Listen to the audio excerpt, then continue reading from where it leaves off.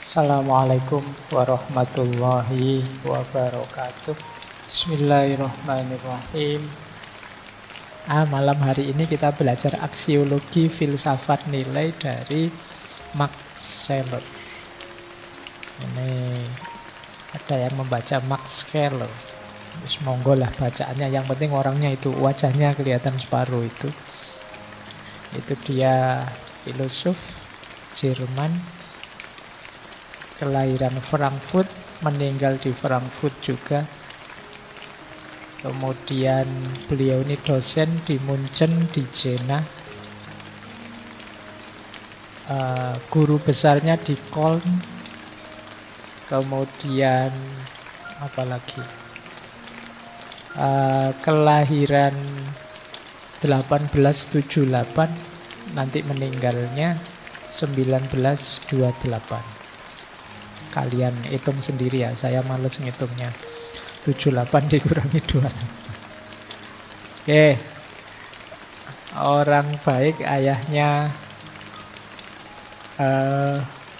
Protestan, ibunya Yahudi, tapi dia Katolik. Unik ya. Ya kalian baca sejarahnya. Cuma beliau ini agak bermasalah di kehidupan rumah tangganya. Beliau sering bermasalah dengan gereja karena kawin cerai. Beliau ini istri pertamanya seorang janda. Namanya Amelia. Tapi nanti banyak masalah. Di tengah-tengah punya istri, beliau jatuh cinta lagi dengan seorang perempuan namanya Merit. Lama dengan Merit ini, jatuh bangun sengsara sampai sukses lagi karena ini era Perang Dunia Pertama. Kok ya sudah mulai sukses jadi akademisi, jatuh cinta lagi dengan perempuan namanya Maria. Sampai nanti dipaksa oleh Maria ini cerai dari istrinya yang namanya Merit tadi. Dan itu yang beliau sesali sampai akhir hidup beliau. Karena bagi beliau cinta sejatinya di Merit ini. Nanti beliau punya konsep yang agak khas tentang apa itu cinta dan kebencian. Nanti kalau ada waktu kita bahas itu ya. Karena kalau kalian kan mesti nyambungnya ke yang cinta-cintaan itu. Kalau tema-tema kayak gini kamu kan siap-siap ngantuk pokoknya kalian. Tapi ya itu kapan-kapan nanti loh. Masuk cinta-cintaan terus. Oke, nah itu kisah percintaan beliau dan diakhiri dengan hidup sendirian, sakit sendiri dan meninggal sendirian karena sakit jantung. Agak tidak enak akhirnya ya. Ini kadang-kadang memang berhadapan dengan pemikir-pemikir itu agak harus kita bedakan profil individunya dengan gagasan-gagasannya. Kalau kita sambungkan, kalau bahasa berpikir kritis nanti jadinya ad hominem. Kadang-kadang dari orang yang kita tidak suka, dari orang yang kita benci, ada banyak hikmah yang bisa kita ambil. Nah, terhadap beberapa filosof juga begitu. Bahkan kemarin tidak saya sampaikan dalam konteksnya Lawrence Kohlbeck kemarin. Itu sebenarnya saya niati tidak saya sampaikan sih. Niatnya mikul dhuwur mendem jero. Biar kalian tidak terdistraksi ke situ. Jadi Lawrence Kohlbeck ini ahli etik moral, punya teori tahapan moral, tapi akhir hidupnya suicide, dia bunuh diri. Jadi dia ini punya penyakit lama, tidak sembuh-sembuh. Akhirnya beliau, meskipun kerjanya di rumah sakit, akhirnya beliau pamit sebentar, terus mobilnya dikendarai sampai pantai, sampai laut, dibablaskan. Jadi sampai beliau meninggal. Tapi itu kisah hidup beliau. Tinggalan-tinggalan pikirannya luar biasa. Semoga kita tidak terdistraksi karena itu. Baik, termasuk tadi Max Scheler tadi. Saya khawatirnya begitu saya cerita begini terus teman-teman apalagi yang putri-putri, wah suka kawin cerai, enggak jadilah. Sudah begitu. Oke, enggak ya. kita sisihkan dulu itu, kita intifak, mengambil manfaat dari pikiran-pikiran beliau tentang nilai. Karena ini nanti bagian esensial dalam hidup kita. Hidup kita itu bermakna karena ada nilai. Kita kan sering sekali pakai istilah nilai-nilai kemanusiaan, nilai ketuhanan, nilai Pancasila, nilai persaudaraan. Kita sering sekali mengucapkan kata nilai ini. Nah, malam hari ini kita belajar itu. Apa sih yang dimaksud dengan nilai itu? Kebetulan alirannya Max Scheler ini dia aliran objektivis.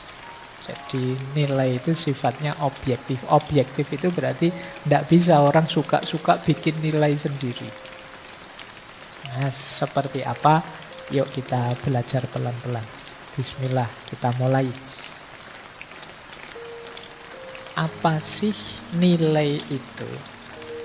Nilai itu semacam, dalam tanda petik kata semacam ini, pandangan, ide tentang sesuatu yang kita anggap baik, layak, indah, dan kita inginkan. Jadi itu nilai yang diinginkan oleh orang, oleh masyarakat. Nilai itu kan selalu kita idealkan. Misalnya HP ini bagi kita kan bernilai. Kenapa? Ini penting loh Pak untuk komunikasi. Ini berarti ada nilainya. Jadi dia sesuatu yang kita anggap baik, kita anggap layak, kita anggap penting, kita anggap indah, dan kita inginkan.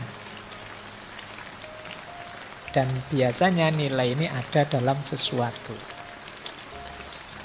Max Scheler mendefinisikannya sesuatu yang dituju oleh perasaan yang mewujudkan a priori emosi. Ini kalimatnya khas filosof. Kalian membaca 10 kali nggak jaminan paham. Nanti kita jelaskan saja. Kita pelajari detailnya saja biar paham. Tapi kalimatnya itu. Cirinya nilai menurut Scheler, yang pertama apa? Nilai itu menentukan berharga tidaknya sesuatu menurut kita. HP ini sangat bernilai bagi saya, tapi bagi simbah saya mungkin yang gaptek, tidak ngerti teknologi, HP itu buat apa? Mungkin bagi beliau, ngapain sih anak-anak sekarang itu tiap hari mentelengi barang ini? Dapat apa dari situ? Apa asiknya? Karena beliau tidak menguasai tekniknya, tidak mendapatkan kenikmatan dari sini. Kalian yang menganggap ini penting. Kalian sekarang kan kalau baterai HP habis saja kan rasanya kayak dunia setengah kiamat. Nah, kan puyeng kamu, waduh baterai habis, charger lupa, mau ngontak temen kok ya lupa nomornya dan lain sebagainya. Jadi nilai itu sesuatu yang kita anggap bernilai. Nilai ini juga mempengaruhi keputusan kita, tujuan kita, perilaku kita. Itu sama dengan yang di bawahnya, menentukan tindakan kita. Sesuatu yang kita anggap bernilai itu nanti biasanya kita utamakan dibandingkan yang tidak kita anggap bernilai. Dan itu nanti teorinya Scheler itu ada hierarkinya, ada rankingnya nilai itu. Jadi ya kelihatan kan misalnya nilainya HP ini mungkin kalah dengan nilai kesehatan kita misalnya. Kesehatan kita kan juga bernilai. Secanggih-canggihnya HP, sebutuh apapun kita pada HP, kalau pas kita sakit, tidak ada artinya. Nah, berarti ada hierarki nilai itu, tidak sama. Temanmu penting, tapi orang tua lebih penting. Nah, ini hierarki namanya. Orang tua penting, tapi Allah lebih penting. Nah, ini namanya nilai itu ada hierarkinya. Dia menentukan keputusan kita, menentukan tindakan kita, menentukan orientasi hidup kita. Antara kuliah dengan pacaran misalnya. Saya itu sering ditanya, Pak Faiz kalau bikin contoh kok pacaran terus, mbok ya contoh yang lain. Karena yang sedang saya hadapi ini orang-orang yang di pikirannya mahasiswa yang orientasinya banyak mikir jodohku sopo, pasanganku sopo gitu terus. Jadi contohnya kalau bahasanya Al-Quran itu bilisani qaumihim. Jadi sesuai level yang diajak ngomong. Nah, misalnya kalian pacaran sama kuliah, itu mungkin kalian menganggap ya lebih penting kuliah, Pak. Jadi kalau tabrakan urusan pacaran dengan urusan kuliah, saya dulukan kuliahnya. Atau sebaliknya, kuliah nanti bisa diulang kapan-kapan. Nggak lulus semester ini, semester depan diulang. Tapi kalau pacar lepas, sulit Pak ngulangnya. Misalnya, jadi terus kamu utamakan bernilai. Tindakanmu pasti berbeda. Di antara temanmu yang mengutamakan kuliah, kamu yang mengutamakan pacar tadi, perilakunya mesti berbeda. Jadi nilai menentukan keputusan, tujuan, perilaku. Terus memandu tindakan tentu saja. Nanti ini nuntun kamu melakukan apa, tidak melakukan apa. Memberi persepsi tentang dunia. Jadi nilai itu jadi kacamata kita membaca dunia. Orang yang menganggap harta sangat bernilai pasti berbeda cara membaca dunianya dengan orang yang menganggap jabatan itu sangat bernilai. Atau gelar itu sangat bernilai. Atau kekayaan sangat bernilai dan lain sebagainya. Jadi nilai itu menentukan persepsi kita terhadap dunia. Kenapa kok ada orang matre misalnya? Ya berarti dia memandang materi itu sangat bernilai, melebihi nilai-nilai yang lain. Jadi nilai menentukan cara pandang. Kalau kalian ingin melacak alasannya, kok orang ini berani berkorban demi jabatan sampai sedemikian rupa ya, nabrak norma nilai dan lain sebagainya, itu pasti ada yang dia anggap bernilai.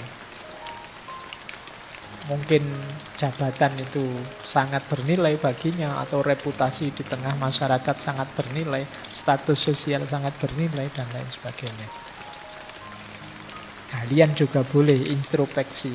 Aku ini kok begini ya cara berpikirnya. Kira-kira apa sih dalam hidup ini yang ku anggap bernilai? Kalian boleh cari. Kemungkinan akan ketemu, oh pantas aku cara berpikirnya agak-agak begini. Mungkin karena yang ternyata yang ku anggap bernilai itu ini. Cara mudah mendeteksi apa saja yang kalian anggap bernilai itu yang kalian enggan berpisah, enggan kehilangan itu. Itu biasanya sesuatu yang kalian anggap bernilai. Kayak HP tadi loh, berpisah sebentar saja kan rasanya kangennya luar biasa. Apa ada di ruangan ini yang ngaji 2 jam ini ndak nengok HP sama sekali? Ndak ada. Jadi kamu sudah kadang-kadang di cas pun kamu tungguin kayak nungguin apa gitu. Jadi berarti apa? Sangat bernilai. Nanti mungkin ada lagi yang kalian ndak mau berpisah, ndak mau ditinggal, ndak mau kehilangan. Baik. Jadi itulah cirinya. Nilai bisa berubah ketika pengalaman kita berubah. Ya kayak tadi loh contohnya, kalian menomorsatukan pasangan. Kuliah nanti saja, begitu patah hati ganti sudah nilainya. Apa itu pacaran, apa itu pasangan. Ya kan? Hidup itu yang serius lah, kuliah lah. Sekarang saya tak fokus kuliah, ganti sekarang hierarki nilainya. Kenapa? Pengalamanmu berubah sekarang. Zaman dulu kalian waktu kecil dengan sekarang, itu prioritas-prioritas, rankingnya nilai pasti juga berubah. Zaman kalian kecil mungkin nonton anime, nonton film kartun kalau minggu pagi-pagi itu penting sekali. Sekarang enggak. Yang penting kalau minggu pagi itu jalan-jalan, Pak. Nanti bagi yang tua beda lagi yo. Minggu pagi itu saatnya bareng keluarga atau apa. Prioritas nilai bisa berubah-ubah, begitu pengalaman juga berubah. Nanti kalian perhatikan dirimu ya. Jadi cara mudah antara lain memahami diri kita itu apa sih yang kita anggap bernilai. Agama penting enggak? Sholat itu penting enggak bagimu misalnya? Seandainya kelewatan sholat kamu menyesal enggak? Atau malah seneng? Alhamdulillah saya lupa. Lupa kan enggak ada hukumnya. Enggak dosa toh. Lumayan. Kayak kalian puasa terus lupa minum itu loh kan. Alhamdulillah lumayan lupa dapat rezeki minum. Malah seneng. Nah itu mungkin hubungannya dengan prioritas dan nilai tadi. Puasa mungkin bagimu nilai kewajiban saja. Sehingga ketika kewajiban itu terangkat, meskipun sementara kamu senang.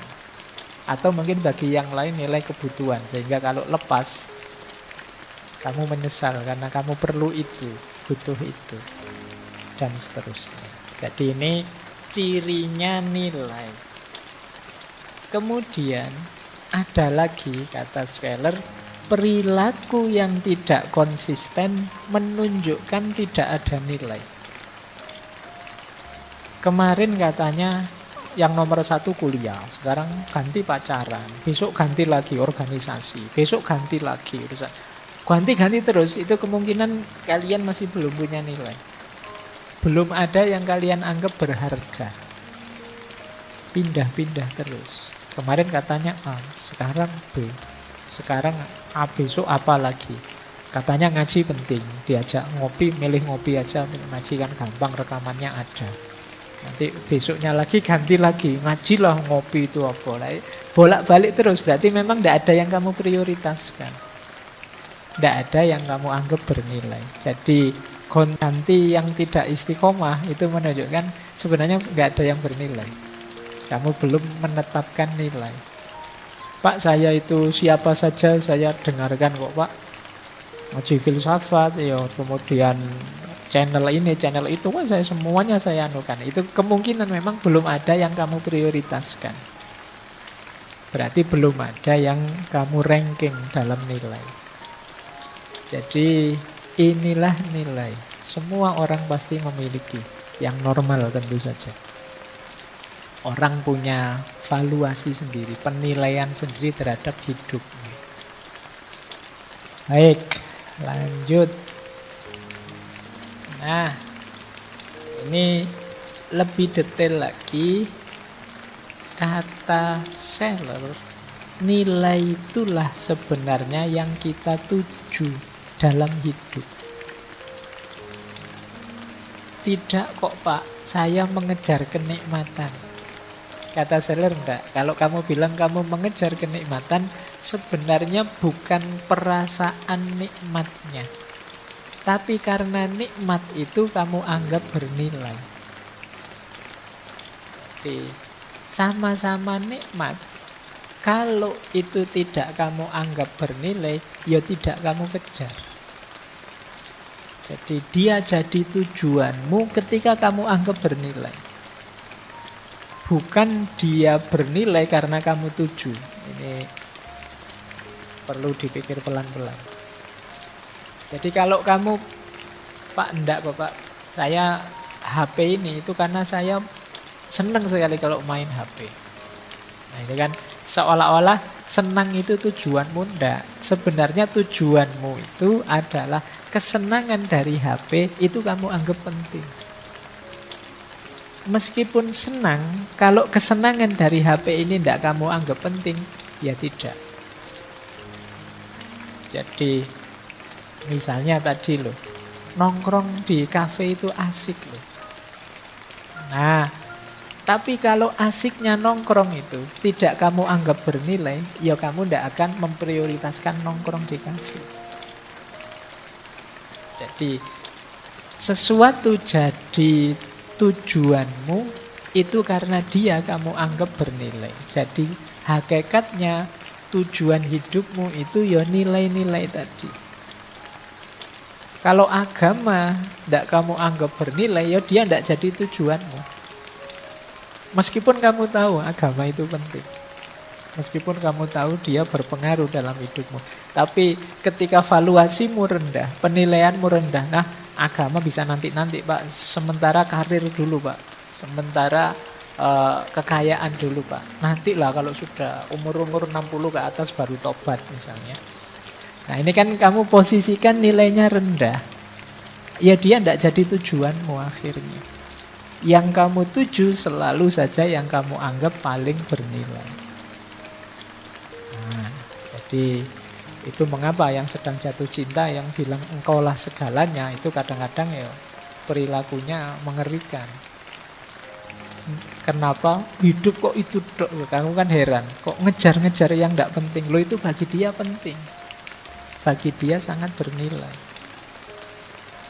Oke, jadi yang pertama itu hakikatnya tujuan kita itu ya nilai tadi, sesuatu yang kita anggap bernilai. Yang kedua, ini menarik. Tadi saya bilang dia ini objektivis. Nanti kita lihat argumennya Seller tentang objektivisme. Nilai itu sifatnya mutlak, tidak relatif. Jadi mutlak itu yo kita menganggapnya baik yo baik sudah. Nikmat yo nikmat, enak yo enak. Tidak tergantung apapun. Nanti ada penjelasannya di belakang. Sisi mutlak dan objektifnya nilai. Yang ketiga, nilai itu sesuatu. Tidak sekedar gambaran atau ide. Jadi dia ada, keindahan itu ada. Kenikmatan itu ada. Kalau itu nilai kenikmatan. Keasikan itu ada. Jadi dia konkret. Yang menangkap apa? Jiwa kita, yang menangkap emosi kita. Nanti dijelaskan lagi di belakang. Ini semacam trailernya dulu. Jadi bagaimana cara menangkap nilai. Yang itu ternyata dengan emosi, tidak dengan akal. Terus nilai itu sering rancu dengan sesuatu yang bernilai. Ini kata Seller harus kita pisahkan. HP ini nikmat, menyenangkan. Antara kesenangan dari HP dengan HP-nya sendiri harus kita pisahkan. Kita harus mampu melihat demarkasinya, batasnya. Itu dua hal yang berbeda. Buktinya apa? Bagi orang tertentu misalnya HP ini tidak menyenangkan, bikin pusing saja. Berarti menyenangkan dengan HP itu dua hal yang tidak identik. Berarti yang namanya menyenangkan itu ada sesuatunya sendiri. HP ada sesuatunya sendiri. Kalau itu nikmat, nikmat itu sesuatu. Barang yang ditempati nikmat juga sesuatu yang lain. Jadi antara nilai dengan barang bernilai itu harus bisa kita pisahkan. Karena ada kalanya barang ini bernilai menurut saya tapi tidak bernilai bagi orang lain. Berarti apa? Nilai ini sesuatu yang tidak identik dengan barangnya. Tapi nilai itu ada dalam diri kita sudah. Sesuatu yang mungkin nilai keindahan, mungkin nilai kebaikan itu sesuatu yang beda dengan orang baik, sesuatu yang beda dengan barang baik, barang indah. Keindahan dengan barang itu sesuatu yang berbeda.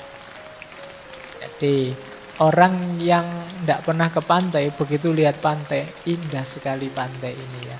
Nah, itu mungkin beda dengan orang yang tinggalnya di pantai. Pantai itu biasa saja. Tapi dia juga punya persepsi tentang keindahan. Dia ngertinya kalau pas ke gunung baru dia bilang, indah sekali gunung ini ya. Indahnya sama antara yang memuji gunung dengan yang memuji laut. Tapi laut dan gunungnya kan beda. Jadi barang yang bernilai dengan nilainya itu harus dipisahkan. Ini nanti yang jadi akar pikirannya Seller bahwa nilai itu objektif. Baik, kita lanjutkan. Nah, ini dasarnya. Ini kalau masuk istilah-istilah kayak gini saya agak ngeri. Fenomenologinya Husserl, karena ini guru-gurunya bisa dikatakan begitu dari Max Scheler ini. Jadi fenomenologi itu kan kita memahami sesuatu sesuai dengan yang hadir dalam pikiran kita. Dengan menyisihkan hal-hal yang tidak penting. Mungkin persepsi-persepsi kita, asumsi-asumsi kita. Kita melihat HP ini kan mungkin disertai banyak persepsi macam-macam. HP ini merusak peradaban. HP ini alat komunikasi yang berlebihan. HP ini kan persepsi kita, pandangan kita. Nah, kalau maunya fenomenologi, ya kita pahami apa adanya dulu. Segala macam pandangan, stigma, persepsi itu ditunda dulu. Ini gaya fenomenologi. Jadi ngaji filsafat itu ya seperti ini. Nanti persepsi-persepsi ngaji filsafat itu sesat, ngaji filsafat itu kurang kerjaan, ngaji filsafat itu ngapain sih kok kayak gini misalnya. Itu nanti dulu. Tapi pahami dulu dalam pikiranmu, yuk seperti ini ngaji filsafat itu. Biar apa? Objek itu hadir apa adanya. Tanpa kamu bungkus dengan macam-macam komentar, pandangan, persepsi, dan lain sebagainya. Ini namanya fenomenologi. Nah, nanti kalau di Seller, kalau tadi Husserl itu tampil apa adanya di pikiran. Tapi kalau di Seller, dia ini juga tokoh fenomenologi, tampil apa adanya itu tidak di pikiran, tapi di emosi. Sesuai rasa kita. Jadi tidak sesuai dengan pikiran kita. Ini sumbangannya Seller pada fenomenologi. Kalau rasa itu kan nanti berhubungan dengan nilai. Nyaman, tidak nyaman, enak, tidak enak, cocok, tidak cocok, sesuai, tidak sesuai, dan lain sebagainya. Jadi biarkan objek hadir, kita rasakan apa adanya. Ngaji seperti ini saya tidak nyaman. Itu kan rasa. Jadi kalian tidak pernah ngerti ngaji kayak gini, pertama kali datang ke sini, suasananya kayak gini, saya tidak nyaman. Oh, kalau saya senang ngaji kayak gini. Itu kan objek hadir dalam diri kita, kita tangkap dengan emosi, dengan rasa kita.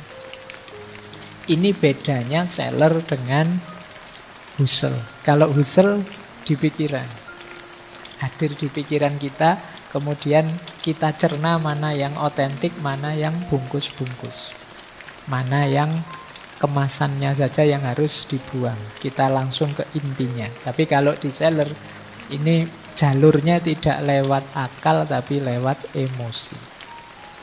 Oke. Sudah, saya kira dasar yang pertama ini ya. Kalau ingin lebih dalam tentang fenomenologinya Husserl, ini ada ngaji filsafat dulu. Babak-babak awal itu kita sudah membahasnya. Apakah itu Husserl, apakah itu Heidegger, sudah pernah kita bahas. Tokoh fenomenologi. Saya tidak ngulang lagi, karena kalau saya ulang kebingunganmu berulang lagi. Jadi kita langsung jalan saja. Jadi ini dasar pertama. Dasar yang kedua, etikanya Immanuel Kant. Ini juga sudah pernah. Kita pernah membahas etika deontologinya Immanuel Kant. Kalau di Immanuel Kant, rasa moral itu, baik buruk itu muncul sebagai kewajiban yang hadir dalam diri kita. Jadi berasal dari dorongan jiwa. Jadi di situ saya tulis versinya Immanuel Kant, tindakan baik itu didasarkan pada kewajiban moral. Kita merasa wajib melakukan kebaikan.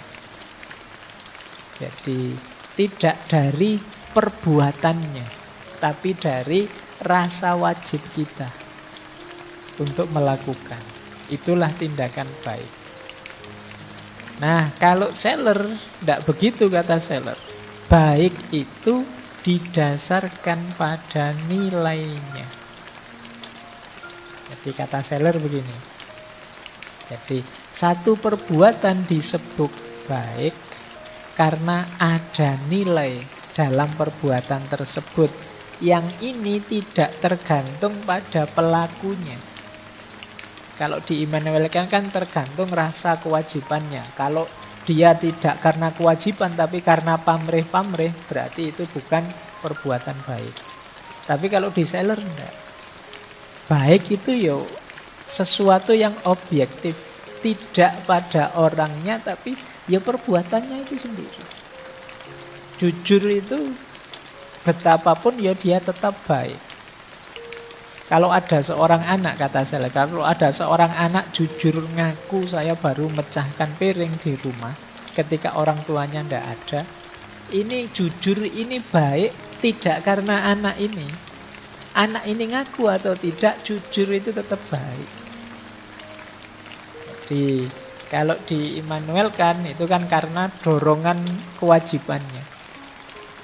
Kenapa kamu melakukan kebaikan? Ya kewajiban saya Pak melakukan kebaikan. Seolah-olah nilai kebaikan itu tergantung jiwamu, tergantung rasa yang muncul, rasa wajib dalam dirimu. Kata Seller tidak begitu. Baik itu ya sendiri, dia sudah ada. Kamu terdorong melakukan atau tidak, itu baik, tetap baik. Jadi makanya ada kalimat itu, sebuah tindakan bernilai secara moral bukan karena merupakan kewajiban, melainkan menjadi wajib karena dia bernilai secara moral.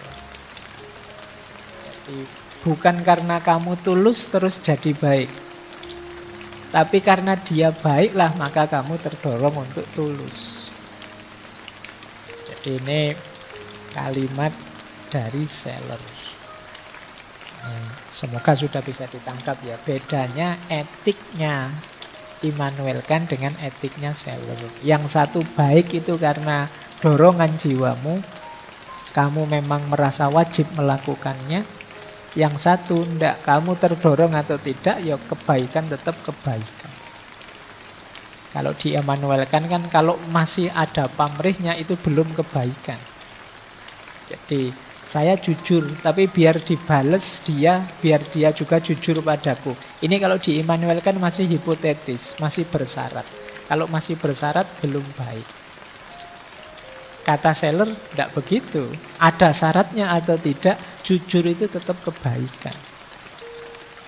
Kalau orangnya berpamrih itu yang bermasalah di orangnya, bukan pada kebaikannya. Kebaikannya tetap kebaikan.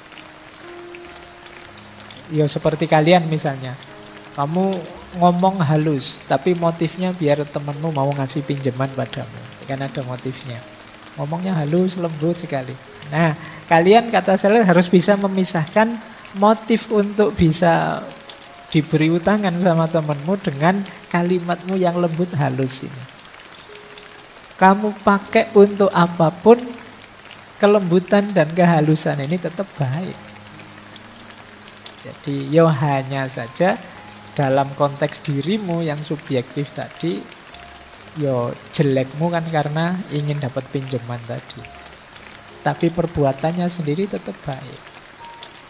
Yo kayak anak kecil itu melakukan kebaikan kan karena ikut-ikutan. Tapi tetap kebaikan itu bernilai kebaikan. Tidak hanya karena ikut-ikutan kemudian nilai kebaikannya hilang. Tidak, itu tetap baik. Nah, inilah pandangannya Seller. Oke, ini uniknya para filosof kan seperti ini. Nek mikir iso bulet-bulet rasanya ya bener semua.